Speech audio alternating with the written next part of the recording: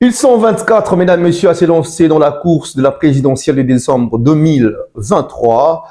Nous allons devoir décrypter, mesdames, messieurs, les élections en République démocratique du Congo. Tout d'abord, nous allons parler de l'indépendance de la CENI. Nous allons décrypter, messieurs et dames, le discours du général John Numbi. Nous allons également décrypter la possibilité d'avoir la candidature unique de l'opposition. Et enfin, nous allons décrypter la sortie médiatique de Félix Antoine Tshisekedi Tshilombo, le président sortant, lors du dépôt de sa candidature. Cordial bienvenue donc à toutes et à tous dans ce nouveau numéro des Décrypta.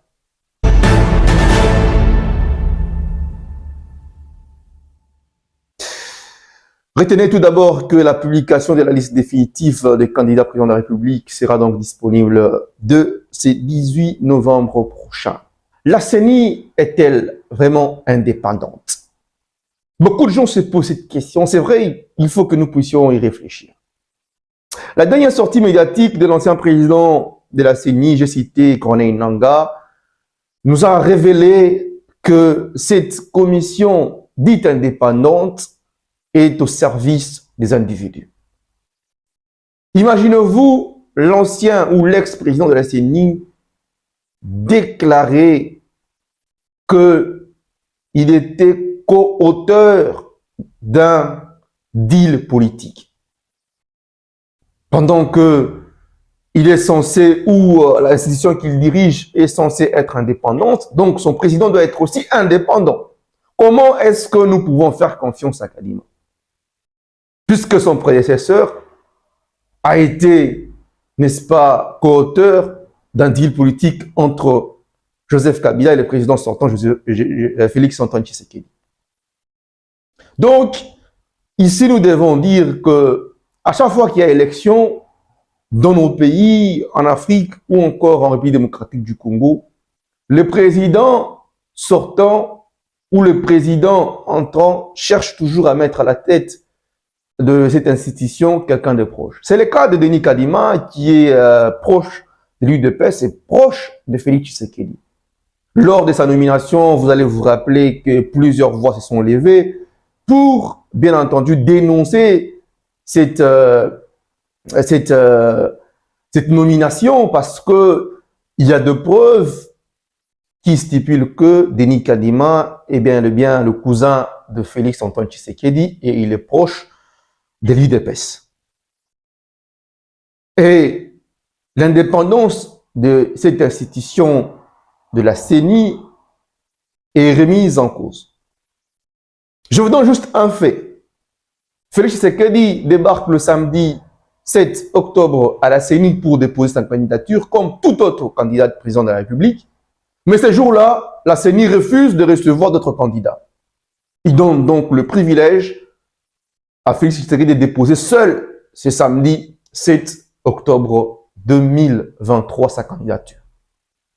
Est-ce que Félix était-il allé à la CENI en tant que président de la République? Non, il est allé à la CENI en tant que candidat président de la République.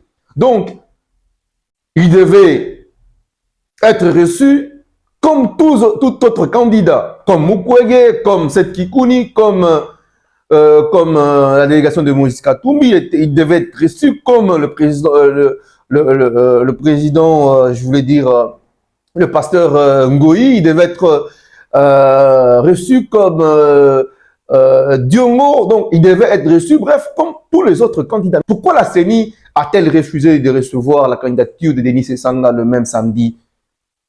Parce que Félix Tshisekedi devait déposer sa candidature. Déjà, ça pose problème, donc on ne peut pas comprendre ce genre de choses. Et Kadima n'est que quelqu'un qui prépare de la fraude électorale.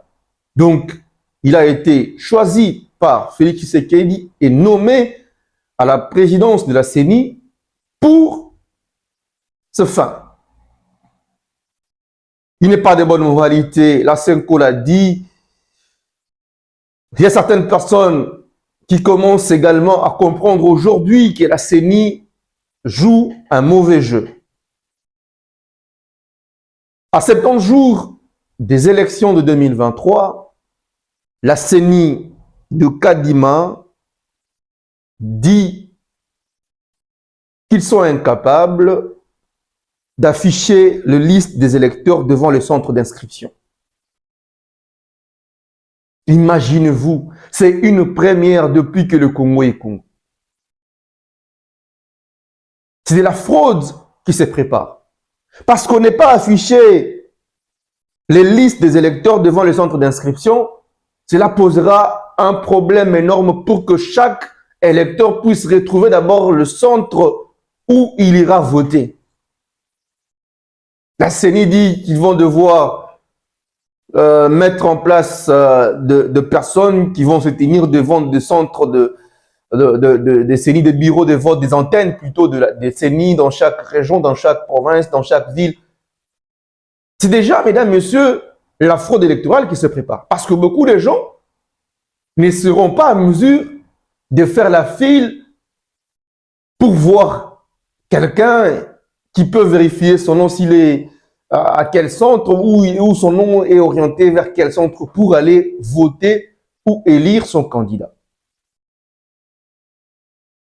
Déjà, nous savons que le processus électoral a été biaisé, il y a eu beaucoup d'irrégularités, il y a eu de jeunes gens, moins de 18 ans, qui ont été enrôlés, il y a des machines à voter qui ont été retrouvées dans les maisons des particuliers. Donc, il y a toutes ces choses qui entourent ces processus électoraux. Et d'ailleurs, il y a le candidat Martin Fayoulou qui avait refusé de participer à ces élections parce que pour lui, on devait éditer les fichiers électoraux. Et aujourd'hui, la CENI le prouve noir sur blanc que le fichier électoral n'a jamais été édité. Donc, il y a des électeurs fictifs qui sont là, il y a des morts, il y a des mineurs, il y a bref, beaucoup de choses qui vont devoir passer. Parce que beaucoup de gens n'iront pas devant un bureau de la CENI pour attendre qu'un monsieur puisse lui dire écoute, ton nom est à tel centre, c'est là où tu vas aller élire ton candidat. Mais imaginez-vous, il y aura combien de personnes en attente? D'abord, en 2011 et 2006, pendant que les listes ont été affichées, c'était terrible. Moi, je me rappelle, en 2011, je devais voter dans un centre X. Mon nom a été renvoyé dans un autre centre, par exemple, à 1 kilomètre. Et je me dis, mais comment est-ce que j'irai voter très loin comme ça? Donc, il y a des gens comme ça qui étaient découragés, qui n'ont pas participé aux élections. Donc, ne pas participer aux élections, c'est faciliter exactement la fraude électorale. Parce que ta voix sera donnée à un candidat. Et le candidat qui va devoir recevoir ce voix est connu. C'est le cousin de Kadima. Donc, c'est déjà une sorte de fraude électorale qui est déjà préparée. Et les Congolais doivent se réveiller. Vous devez être révoltés par cette façon de faire les choses des Kadima. Et le silence de plusieurs personnes nous inquiète. C'est ici où je partage un tout petit peu cette idée cette opinion qui pense que la sortie médiatique du général John Numbi était tombée à point nommé. Ce n'est pas encourager un coup d'État, mais écoutez, on ne peut pas admettre que un pays qui manque d'eau, d'électricité, des routes, des avions, des cartes de cartes des citoyens, de permis de conduire, de passeports, puissent sortir dans la caisse de l'État plus de 500 millions de dollars pour organiser des élections qui sont déjà truquées en avance. C'est inacceptable. Comment pouvons-nous réunir plus de 500 millions pour rien? Parce que la CENI va déjà donner la victoire à Félix Tshisekedi. C'est pas possible. Je suis contre cette manière de faire les choses. Je suis contre cette façon d'organiser les élections. C'est le chaos qui se prépare dans ce pays, qui est déjà divisé par beaucoup de choses, par le tribalisme.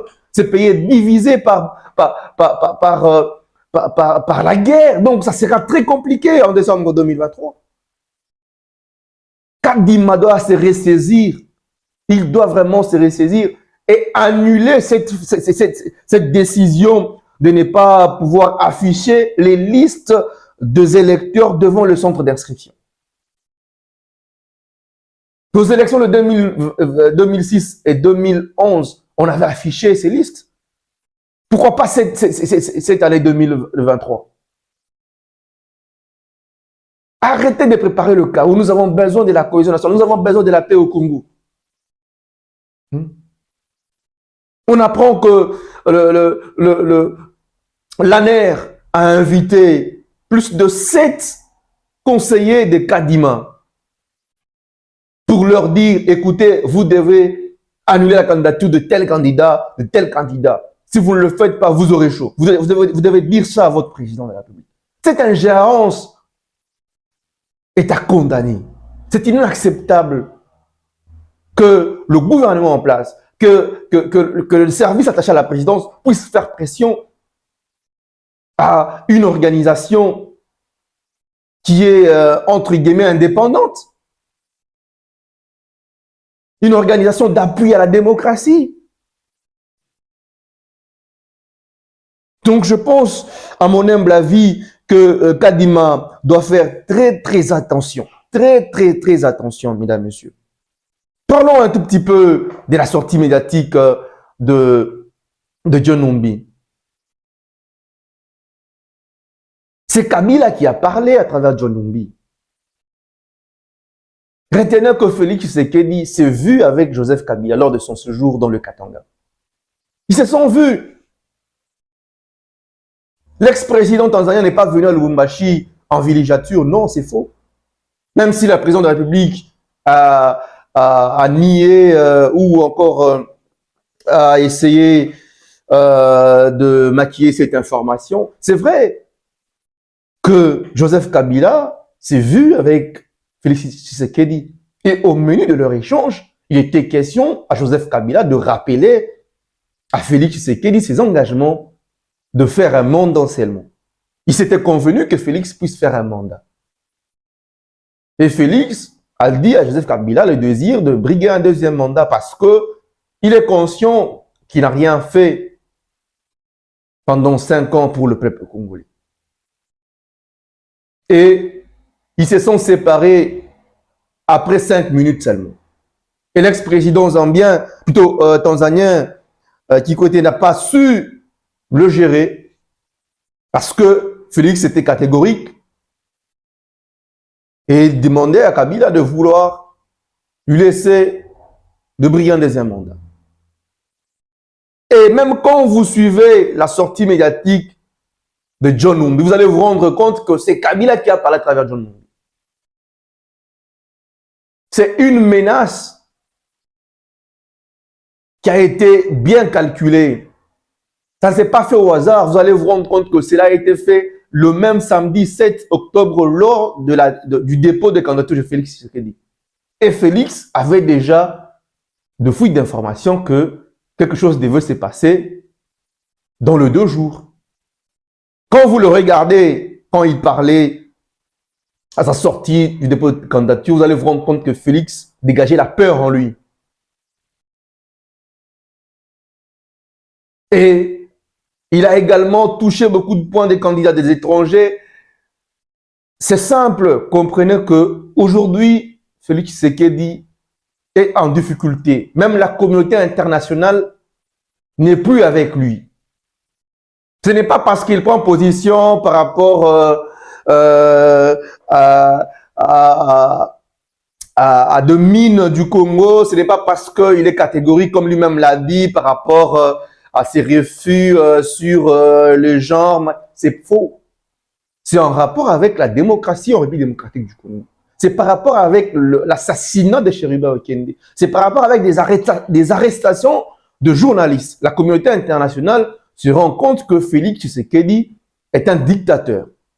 Il n'est pas le même Félix qu'ils avaient connu avant le fameux compromis à l'africaine qu'ils ont négocié pour lui. Donc, c'est comme ça que vous voyez que l'homme change de langage. Il est un tout petit peu seul Et il ne sait quoi faire si ce n'est pas revenir au peuple pour avoir un peu de voix, enfin de briguer un deuxième mandat. Mais le peuple ne peut pas lui donner un deuxième mandat pendant qu'il n'a rien fait pour ce peuple-là. Peuple congolais, vous devez également réfléchir avant de voter pour Félix Tshisekedi. Parce que vous vous souviendrez, avant qu'il ne puisse d'abord arriver à la tête du pays par ces fameux compromis à l'africaine, Félix avait dit qu'il allait fermer tous les petits cachots de la NER, de la DEMIAP et tout, chose qui n'a pas été faite. Aujourd'hui, on arrête toujours les gens comme à l'époque de Kabila. On ne cesse de le dire. Le système est toujours le même. Après qu'il ait gagné les élections, entre guillemets, qu'il se retrouve à la tête du pays, Félix Tshisekedi a promis qu'il devait finir avec la guerre de l'Est pour réussir son mandat, chose qui n'est pas faite. La guerre de l'Est n'a pas encore fini, donc Félix a échoué. Rien que pour ces deux raisons, on ne peut pas lui renouveler confiance. Sur le plan social, n'en parlons pas, le peuple d'abord, c'est du vol, tous les amis, tous les frères, tout le copain de la diaspora de Bruxelles et de Paris se retrouvent, mais le peuple congolais ne se retrouve pas.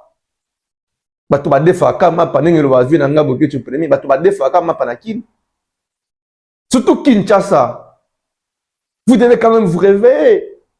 Vous ne devez pas renouveler confiance à quelqu'un qui n'a rien fait pour vous.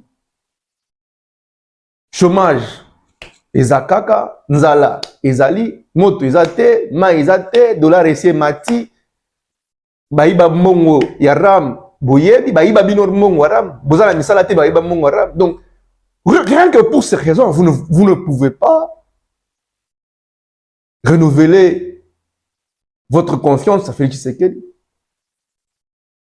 Donc, il ne peut pas être réélu pour les élections de ce 20 décembre 2023. Donc, l'opposition congolaise doit se mettre ensemble. Aller chacun dans son coin à ces élections avec Félix Tshisekedi, c'est encourager encore une fois la fraude. C'est permettre à Kadima de bien frauder. Je pense que tous les candidats de l'opposition doivent se mettre ensemble pour dégager un candidat unique de l'opposition. Et donner beaucoup d'énergie, de stratégie à ces candidats pour barrer la route à la fraude électorale qui se prépare par Félix-Antoine Tshisekedi. C'est vrai, ça sera très difficile parce que les gens de Fayulu veulent que Fayulu soit le candidat unique, les gens de Katumbi également voudront cela, mais j'ai aimé le docteur Mukwe qui a dit qu'il est ouvert pour ce genre de discussion. Je pense que déjà, Fayulu ne peut pas être candidat unique de l'opposition parce qu'il a refusé à ses candidats députés nationaux de postuler. Donc Fayulu aura un problème de majorité présidentielle, ce qui va encore beaucoup le pénaliser. Donc je pense à mon humble avis qu'ils doivent discuter ensemble, voir entre Katumbi et Mukwege qui peut être candidat de l'opposition pour que les choses changent dans ce pays. Et vous devez également se pencher sur les candidats députés nationaux. Il y a une fraude qui est très bien préparée dans le camp du pouvoir en place. C'est un scoop que je vous donne.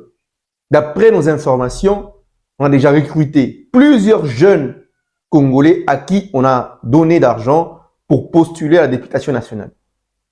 Donc, la direction de l'Union sacrée de la nation a déjà préparé une liste pour enfin avoir la majorité au parlementaire. Donc, vous devez faire très très attention. Tous les candidats que vous allez voir, jeunes, qui n'est pas de l'UTPS, ils ne seront pas nécessairement de l'UTPS. Ils ont créé des partis satellites. Donc, des partis des Boudimbo, de tous ces gens-là qui sont dans l'Union sacrée. Des petits partis satellites à l'UTPS sont là. Vous allez le remarquer, sur leur affiche. Il y aura le visage de Félix Tshisekedi et le visage de leur autorité morale. Donc, ces gens des candidats, ne les votez pas parce qu'il est de votre quartier, parce que c'est un jeune que vous avez connu dans le quartier et tout. Votez pour des gens utiles pour qu'on ait un changement. Parce que nous allons tourner en rond. Ce qui s'est passé en 2018 va également se passer en 2023.